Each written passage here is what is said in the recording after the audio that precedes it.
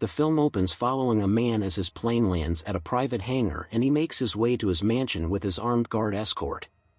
The man changes into his swimwear and proceeds to get into his private pool to have a swim.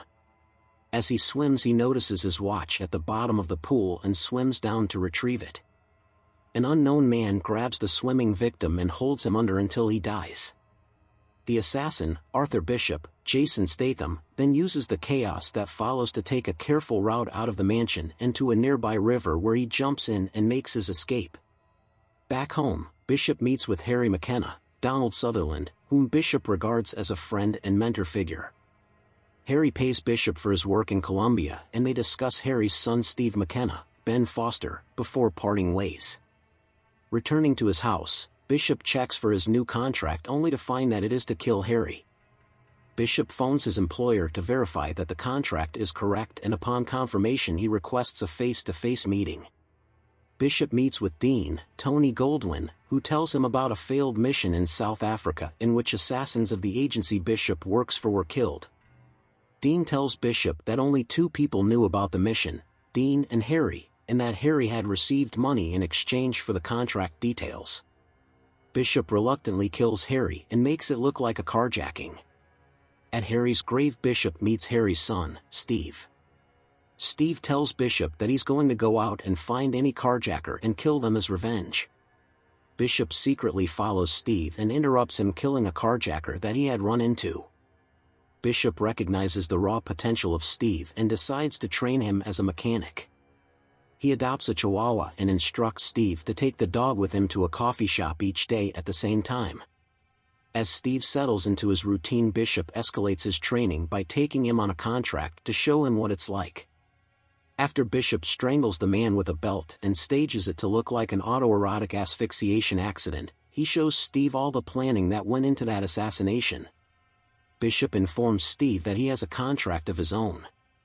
The target is a mechanic for another agency named Burke, Jeff Chase, who frequents the same coffee shop Steve has been going to. Furthermore, Steve is told that Burke's only weaknesses are that he is interested in young men and small dogs, such as the Chihuahua they adopted. Burke makes his move on Steve and invites him out to drinks. Bishop instructs Steve to slip a large dose of Rohypnol into Burke's drink to cause an overdose. Steve ignores this direction and instead goes with Burke to his apartment. As Burke begins to undress, Steve attempts to strangle him with a belt as he had seen Bishop do. They engage in a struggle, and Steve manages to kill Burke after much effort. Bishop is later contacted by Dean, who expresses his disapproval of Bishop's use of Steve for the Burke contract. Bishop replies that he was given that contract through Harry and not Dean. Angry at his indignation, Dean informs Bishop that he's on a short leash. Bishop is given a new contract to kill the leader of a cult-like church, Andrew Vaughn, John McConnell. Steve and Bishop plan to inject Vaughn with adrenaline to simulate a heart attack, for which the paramedics would unknowingly administer a fatal second dose of adrenaline. As Bishop and Steve wait in the walls of Vaughn's hotel room, a doctor arrives and sets Vaughn up with an 4 of ketamine. Realizing that the adrenaline overdose would be inhibited by the ketamine, they improvise and quickly suffocate him. When Vaughn is discovered by his guards, Bishop and Steve are found hiding in the walls of the hotel and are forced into a shootout with the guards. As the building is being evacuated, Bishop and Steve slip out and Bishop decides they should fly home separately. At the airport, Bishop sees one of the men he was told was killed on the South African mission that Harry had allegedly sold out. During a confrontation with the man, Bishop realizes that his boss, Dean, had tricked him into killing Harry and that it had been Dean who engineered the failed South African mission to cover up his own shady dealings. Having been misled, Bishop begins to get things in order, only to be ambushed by a group of mechanics. After taking them out, he uses one of their phones and discovers that Dean was behind the hit. Racing home, Bishop calls Steve only to find that Steve has also been ambushed at Bishop's house. Bishop directs Steve to a hidden gun, which Steve uses to kill his ambushers. Steve is waiting for directions when Bishop arrives. Bishop has Steve gather supplies for their new mission, while Bishop prepares to find how to get to Dean.